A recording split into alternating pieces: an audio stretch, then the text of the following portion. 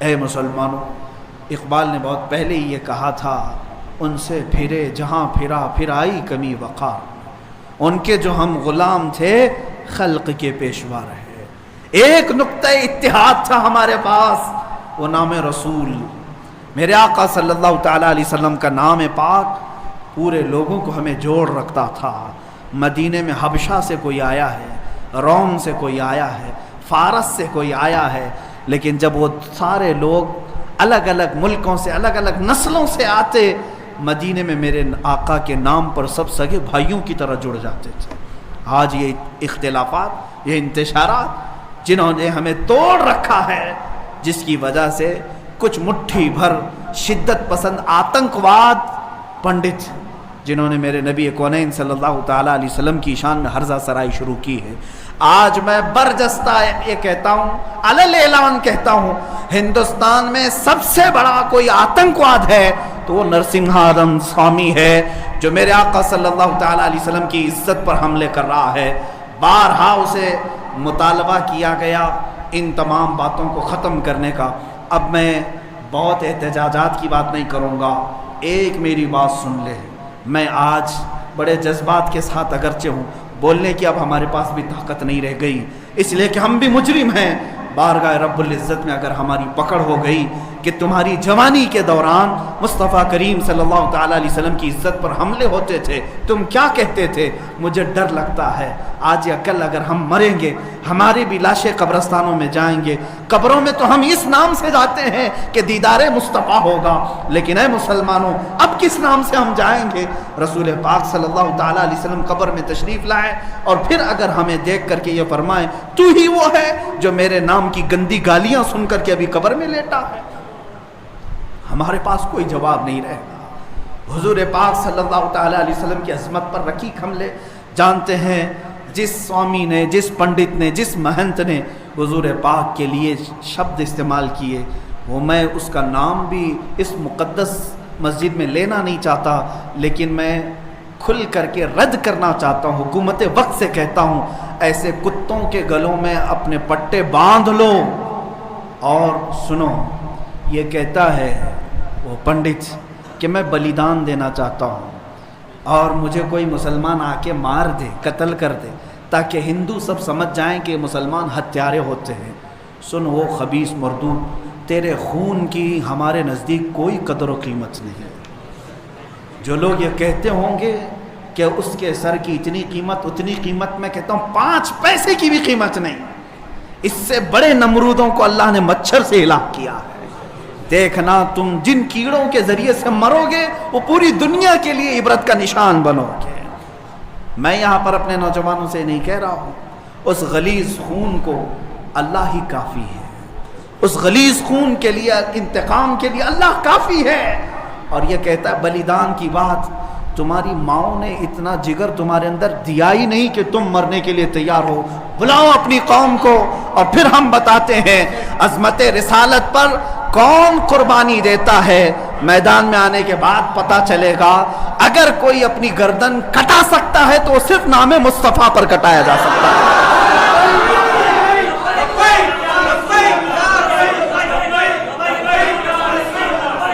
حسن یوسف پہ کٹی مصر میں انگشت زنا، سر کٹاتے ہیں تیرے نام پہ مردان عرب۔ وہ صحابہ کٹاتے تھے اور بتاتے تھے۔ آج اگر وہ پنڈت وہاں بیٹھ کر کے کہتا ہے کہ میں بلیدان دینا چاہتا ہوں، تو اپنی کوٹھے میں بیٹھ کر بلیدان دے لے، تیرے اپنے گھر میں، لیکن میں جانتا ہوں کہ 1 لاکھ کیا، ابھی اگر میں ہندوستان کے نوجوانوں کو آواز دے دوں تو پوری دلی کی سرزمین بھر جائے گی انشاءاللہ العزیز۔ سارے نوجوانوں کے سر بھی وہاں پر لہرائیں گے۔ میں انشاءاللہ عنقریب اعلان کرنے والا ہوں کہ اے نوجوانوں، کیا تم میری اس بات پر لبیک کہتے ہو کہ کیا تم میری اس بات پر آواز دے کر لبیک کہتے ہو کہ اگر حکومت وقت نے اس ملعون کو گرفتار نہیں کیا یا عظمت رسالت پر بھونکنے والوں کے گلے میں پٹا نہیں ڈالا تو ہندوستان کے ہر کونے سے مسلمان اپنے سر پر کفن باندھ کر دلی پہنچے؟ آپ تیار ہیں اس بات کے لیے؟ انشاءاللہ العزیز اگر سر کٹے گا، اے مسلمانوں گھبرانا نہیں، سب سے پہلے اس فقیر کا سر جائے گا انشاءاللہ، سب سے پہلے ہماری گردن کٹے گی، اور یہ مرنا تو ہے ہی آج یا کل، اپنے بستر پر ایڑیاں رگڑ رگڑ کر مرنے سے تو بہتر ہے میرے مصطفیٰ کی عظمت کا پرچم بلند کر کے دنیا سے جائے، اس لیے کہ فرشتے بھی ہمارے لاشوں کے استقبال کے لیے تیار، فرشتے بھی ہماری لاشوں کے استقبال کے لیے تیار ہوں، اس لیے کہ فرشتے بھی یہ کہیں گے یہ عام آدمی کی لاش نہیں آ رہی ہے، میرے نبی پاک پر اپنا خون نچھاور کرنے والا آ رہا ہے۔ اور انشاءاللہ العزیز انشاءاللہ وہ پنڈت اپنے بزدلوں کو جمع کرنے کی کوشش کر رہا ہے، اور ابھی میں نے دیکھا ایک ویڈیو نشر کر کے وہ کہتا ہے ہندو بھائیوں سے میں کہتا ہوں کہ تم اپنی قربانی کے لیے تیار ہو جاؤ، کیوں زہر پھیلا رہے ہو، کیوں زہر پھیلا رہے ہو ہندوستان میں؟ ہم نے کبھی لڑنے کا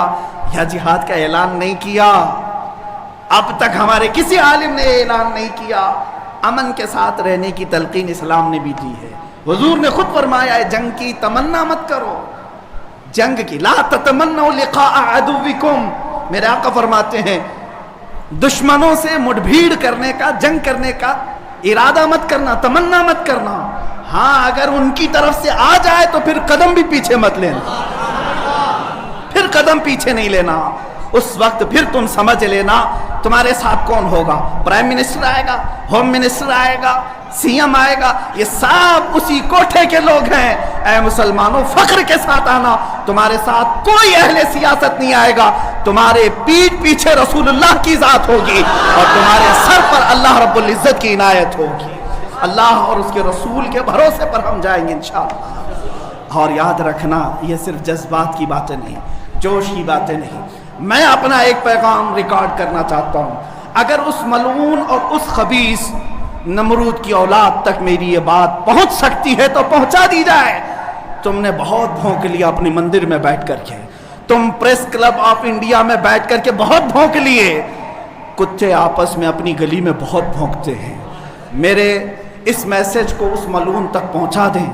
اگر ذرا برابر بھی دم خم ہے تمہارے اندر، تمہاری ماں نے اگر دودھ پلایا ہے تم کو، تو اب میں مناظرے کا چیلنج نہیں دے رہا ہوں، ڈیبیٹ بھی نہیں کروں گا، بات چیت بھی نہیں کروں گا، آؤ میں اعلان کرتا ہوں 8 دن کے اندر تم دلی پہنچو، کسی میدان میں پہنچو، اپنی ساری مقدس کتابیں لے کر کے آؤ، انشاءاللہ العزیز یہ فقیر قرآن پاک لے کر حاضر ہوگا، ہم آئیں گے، تم اپنے سارے گرو گھنٹالوں کو لے کر جمع ہو جاؤ، میں مناظرے کا چیلنج نہیں دے رہا ہوں، توجہ چاہتا ہوں، میں ڈیبیٹ کرنے کی بات ہی نہیں کر رہا ہوں، یہ نیوز اینکر جتنے دجالی میڈیا وہ بھی سن لیں، اپنے ڈیسک پر بیٹھ کر کے ٹٹو لوگوں کو لڑاتے رہتے ہیں وہ بھی سن لیں، قرآن اسلام رسول کی ذات پر حملے کرانے کے لیے زرخرید لوگوں کو بٹھاتے ہیں، وہ بھی سارے نیوز اینکر یہ پنڈت سب جمع ہو جائے میدان میں، یہ فقیر قادری حاضر ہوگا، ایک بڑی آگ جلائی جائے، آگ لگائی جائے، میں اس سے کہتا ہوں میں بھی آگ میں داخل ہوں گا، تو بھی آگ میں داخل ہو جا، جو سلامت رہے گا اس کا دین حق پہچانا جائے گا۔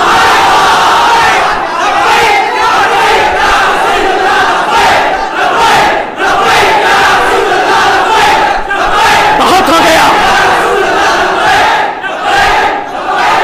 اے مسلمانوں، بہت ہو گیا احتجاج، بہت ہو گئے پروٹیسٹ، بہت ہو گئے ان سے مطالبے کرنا کہ اس کو گرفتار کرو، اس کا سر چاہیے، آؤ آج آر پار کی بات کر لیتے ہیں، زمانہ گزر گیا، 800 سال ہو گئے، سرکار غریب نواز کو بھی یہی چیلنج کیا گیا تھا، معین الدین حسن چشتی نے ہند میں یہ بتایا تھا کہ جو نبی کا غلام ہوگا وہ آگ میں بھی کود جائے گا، انشاءاللہ العزیز میں گنہگار ضرور ہوں، میرے اخلاق برے ضرور ہیں، لیکن جب بات میرے مذہب کی آئے گی، قرآن کی آئے گی، نام مصطفیٰ کی آئے گی، میں برسر اعلان آج پھر کہتا ہوں، آؤ تم سارے پنڈت مل کر کے آؤ، آگ لگائی جائے، تم سب پوری دنیا کو دکھانا میں بھی آگ میں داخل ہوں گا، تم بھی آگ میں آ جانا، دیکھتے ہیں کس کے جسم کو آگ جلاتی ہے، اگر میں سلامت رہا تو میرے دین کی بات ہوگی، اور انشاءاللہ العزیز مجھے یقین کامل ہے کہ اگر آگ پر بھی کسی کا حکم ہوتا ہے تو صرف میرے رب ذوالجلال کا ہے، میرے رب ذل جلال کا ہے۔ بس اسی بات پر میں اپنی گفتگو کو ختم کرتا ہوں۔ اب احتجاج نہیں، اب پروٹیسٹ نہیں، سیدھے آر پار کی بات، میری یہ بات پہنچا دی جائے۔ اگر جواب آ جائے تو دیکھ لینا مسلمانوں، مجھے یہ یقین ہے کہ اس کا کوئی جواب نہیں آئے گا، اس کا جواب نہیں آئے گا۔ ہجڑوں کے پاس اس طرح کی کوئی بات کا جواب نہیں ہوتا۔ ان کی ماؤں نے اتنا دودھ ہی نہیں پلایا۔ یہ زرخری اپنے علاقے میں بیٹھ کر کے بھونک تو سکتے ہیں، لیکن آؤ مباہلے کی میں دعوت دے رہا ہوں، مباہلے کی دعوت۔ قرآن نے بھی میرے مصطفیٰ کو مباہلہ کرنے کا حکم دیا تھا۔ جب عیسائیوں نے بہت باتیں کی تو رب تعالیٰ نے فرمایا اے رسول فَقُلْ تَعَالَوْا نَدْعُ أَبْنَاءَنَا وَأَبْنَاءَكُمْ وَنِسَاءَنَا وَنِسَاءَكُمْ وَأَنفُسَنَا وَأَنفُسَكُمْ ثُمَّ نَبْتَهِلْ فَنَجْعَلْ لَعْنَةَ اللَّهِ عَلَى الْكَاذِبِينَ۔ اے رسول ان کو بلا لیں، آپ اپنے بیٹے بیٹیوں کو لے کر کے آئیں، اپنی عورتوں کو لے کر کے آئیں اور خود جائیں اور ان سے بھی کہیں کہ تم بھی اپنے بیٹے بیٹیاں لے آؤ، اپنی عورتیں لے آؤ۔ بیٹھیں گے میدان میں، اللہ سے دعا کریں گے کہ جو جھوٹا ہے اس پر لعنت بھیج۔ اتنا ہی میرے آقا کو حکم آیا تھا۔ حضور گئے نجران کے عیسائیوں کے پاس، چلو بلاؤ، مباہلہ کرتے ہیں۔ ایک مناظرہ ہوتا ہے جو ڈیبیٹ کیا جاتا ہے، مباہلے میں ڈیبیٹ نہیں، سیدھے میدان میں، عمل کے میدان میں بات نہیں کی جاتی۔ حضور آئے کس کو لے کر؟ سیدہ کائنات فاطمۃ الزہرا، حسن مجتبیٰ کو، حسین اعظم کو، مولا علی کرم اللہ وجہہ کریم کو۔ 5 لوگ آئے تھے۔ نجران کے عیسائیوں نے پہلے تو مان لیا تھا چیلنج۔ جب یہ نورانی چہرے دیکھے تو عیسائیوں کے ایک بوڑھے پادری نے کہا اے نادانو، کس کو تم نے مباہلے کے لیے بلا لیا؟